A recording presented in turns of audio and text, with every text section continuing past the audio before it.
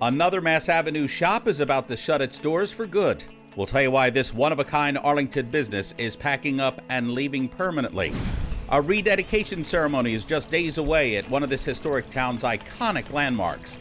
We'll show you the tranquility of the Winfield Robbins Memorial Garden and the garden party planned to celebrate this magnificent restoration. And ACMi News hosts an open house. You know, sometimes television is a one-way medium, but we wanted to hear what our viewers had to say about us and how you can take part in becoming a citizen journalist. This is ACMi News. Hello, and welcome to ACMi News. I'm Carla Dorado. And I'm Paul Arlen. 4 marijuana shop applications have already been submitted to the Arlington Select Board ahead of the May 3rd deadline. This according to town leaders. One applicant, Apothca, went before the Select Board 2 months ago. Apothca, you may recall, is seeking to move from its current location on Water Street to the Swifty printing facility on Mass Ave. Another applicant is seeking to use the storefront formerly occupied by Embassy Cleaners on Mass Ave. Town meeting members voted late last year to approve up to 3 licenses for the sale of recreational and medicinal marijuana. Hearings will be held at the Select Board meeting on May 20th. You may have already received your copy in the mail. It's the Public Annual Financial Report, better known as PAFR. It's a brief 4-page report giving you a snapshot of the town's basic financial condition and trends. It also provides residents with the financial schedules and tables. The town manager tells ACMi News residents will be more informed on where their money is going. So we issue now for, I think, the maybe 6th or 7th year running, something we call the PAFR, the Public Annual Financial Report. It's a 4-page report. This year it's being sent out in the water bills. The hard copy is being sent out in the water bills, but you can also find it on our website. And it's really just a snapshot. It tells you about how the town operates, how it's governed, a little bit about the year-over-year budget, compares us to some other communities in some important metrics, what our average tax bill is, what our per capita spending is, what our new growth is.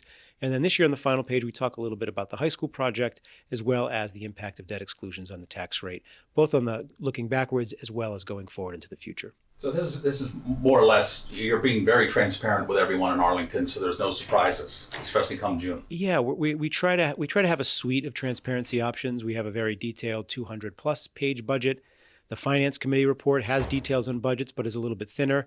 This is 4 pages. If you're a busy person, you don't have a lot of time to take a look at what the town is doing. This is pretty easily digestible, quick to read, and then maybe it'll entice you to take a closer look at some of the other things we issue as well. If you haven't received the PAFR in the mail, you can always find it on the Arlington website, arlingtonma.gov. Arlington has seen its share of store closings along Mass Ave of late. Now one more will soon be added to the list. The Things We Love shop at 1339 Mass Avenue will close its doors for good in late June. This unusually beautiful curio shop sells jewelry, minerals, and fine glassware from all over the world, from Afghanistan to Eastern Europe to Hawaii. The owner tells ACMi News it's time to retire. She says she hates to leave the most beautiful town she's ever lived in, and she appreciates everyone's friendship and business over the years. I'm 72 years old. I've been doing it close to 40 years, and I want to have some free time and retire. It's kind of hard. It's nostalgia because every item I have here is a memory, and it's travel, it's a story. So it's kind of hard, but it's time to let go. I love my customers. They've been very loyal, very supportive, very nice. I can't thank them enough, and I'm going to miss them a lot. A for rent sign can be already seen in the storefront, and everything is now half off until the shop closes. You are invited to a first-class garden party which showcases the rich culture of this beautiful town.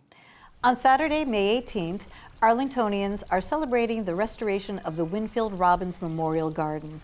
This one-of-a-kind historic landscape was designed 108 years ago.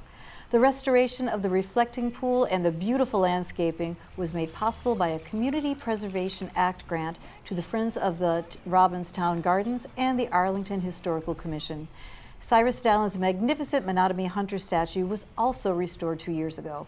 We found guests already taking in the fantastic view on this beautiful sunny day.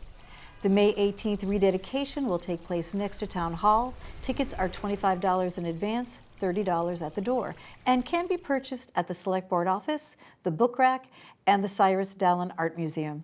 For more information, go to the Arlington website, arlingtonma.gov. Students from all over Massachusetts were honored at the State House in Boston for promoting environmentally friendly programs for a cleaner planet. The Arlington schools were well represented at the awards ceremony. It's all part of the 25th Annual Secretary's Awards for Excellence in Energy and Environmental Programs. Governor Charlie Baker said it's imperative we prepare the next generation to be responsible stewards of this beautiful Commonwealth and its precious environment. Arlington schools took top honors for its green teams. Students and volunteers, led by the school's sustainability coordinator, have instituted recycling, composting, and other green initiatives in the schools in recent years. Thompson Elementary School garnered 2 honors for its Which Way for Water podcast and its all-school green team. ACMi's youth coordinator, Kevin Wetmore, set up for training for the students and the podcast. Congratulations to all the winners. Last week, ACMi held its first meet and greet of the year right here in Studio A. It was a chance to show Arlington residents what our newscasts are all about and meet the news team. We also received feedback from residents in studio on what they'd like to see in a hyperlocal newscast, how they can participate in our news department. There's going to be an opportunity for you guys to ask questions as well. And so if we miss anything that enticed you here, then make sure that you speak up and have your curiosity satisfied. A lot of the residents here in Arlington, I have realized, are truly attuned to what's going on with our government. And I have, believe me, I've interviewed people on the streets of Baltimore or D.C. What do you think of Mike Pence? Who's he? But when I get answers back from people in Who Arlington, is he, actually? Yeah, exactly. What's he been doing? Actually, that could be a good question. It is a good question right now. But I'll talk to people from Arlington, and I can tell, wow, you read a paper, or you know the exact budget, or you know the dollar amounts. And it just seems to me that people here in Arlington are truly involved in their community.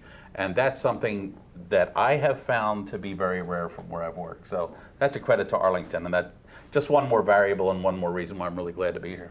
I got into journalism because I love to write. I love to tell stories. I just love to tell stories.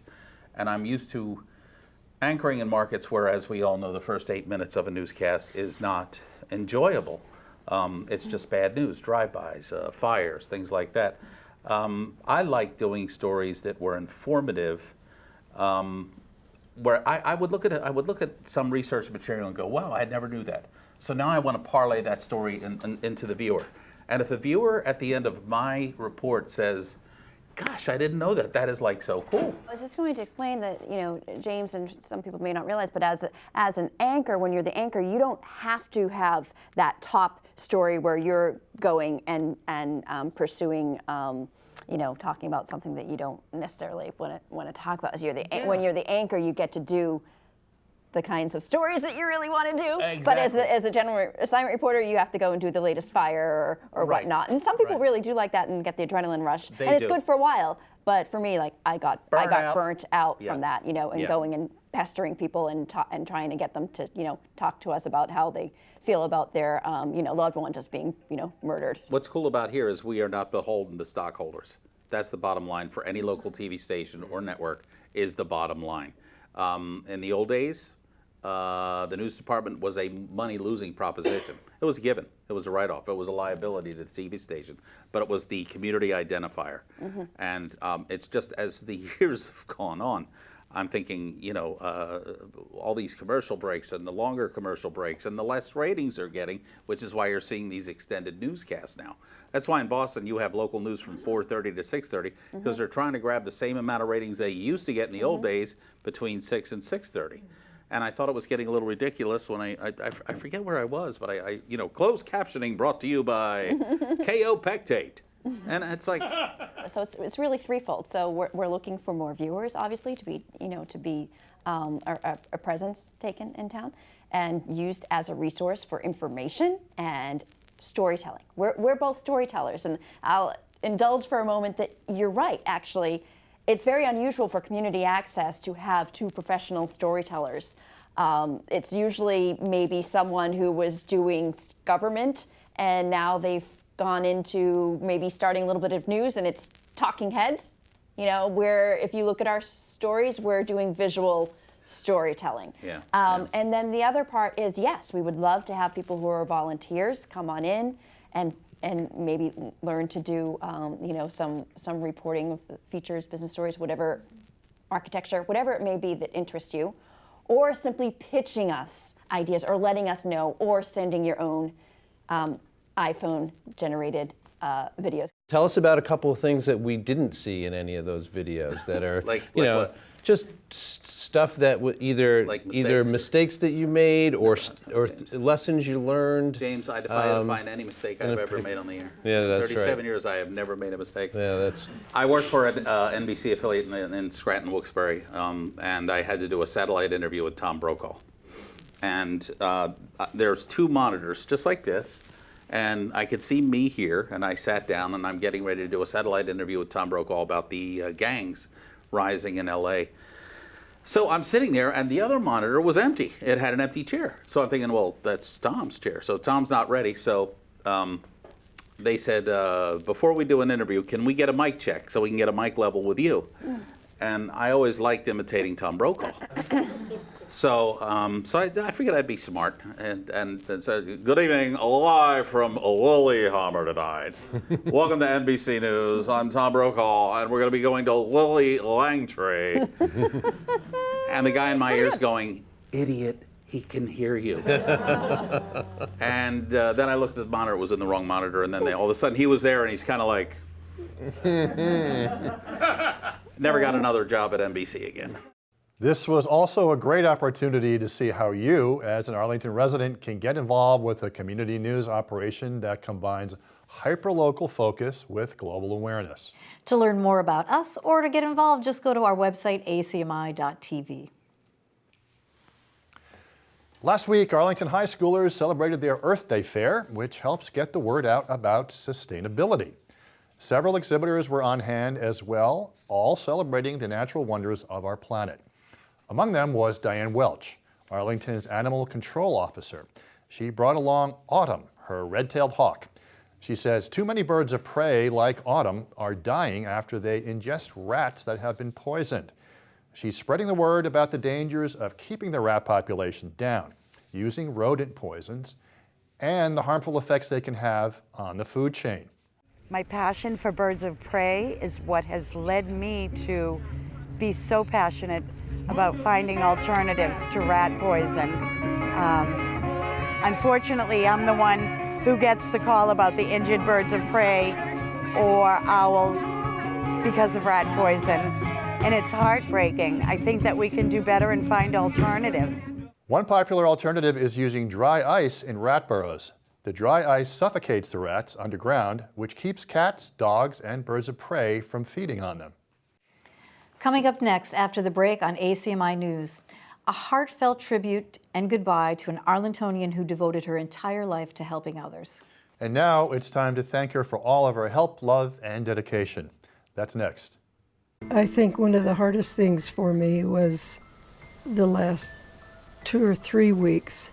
He stopped eating. He looked like a prisoner of war who had been in a prison camp for several years. His bed was right where he could see the table where I ate. And I got to the point that I couldn't eat there. I'd go out on the sun porch in the front of the house and eat. I'd go somewhere where he didn't watch me. Taking on the role of a caregiver, there was never any question of somebody else doing it, never. I knew that I was going to care for him because he cared for me for 61 years. He took good care of me. I did have help. I had wonderful help. My children and their spouses all worked during the day. After work, the kids would come up, usually one couple at a time, and they would do whatever needed to be done.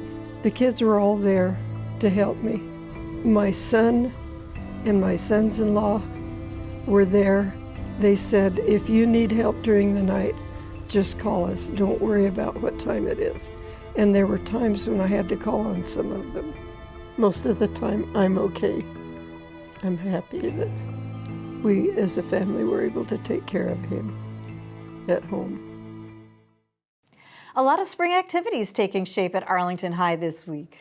Here's Reese Steffen with this week's Ponderscope.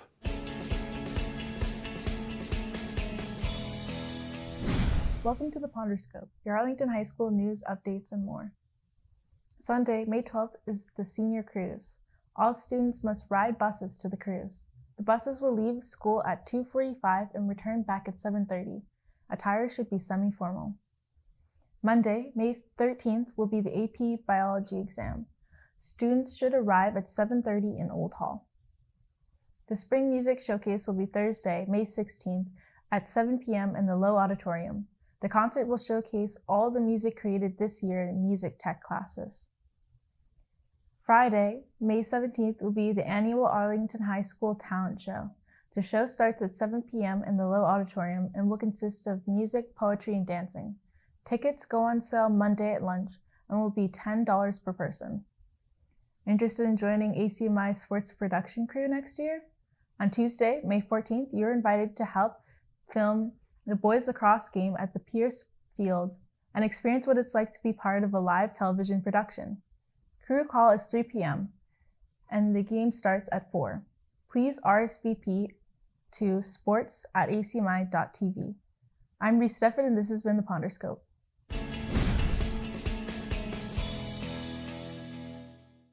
Did you ever see a boys lacrosse team wash cars? You should, and we'll have next week's lineup of games to tell you about. Here's Nick Antonakis with this week's ACMi Sports Update from Studio B.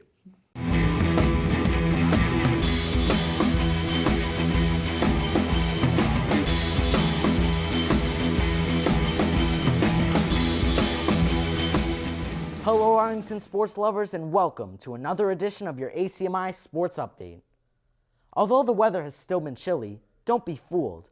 The flowers are blooming and it's officially spring, which is a great time to wash the winter salt off your cars.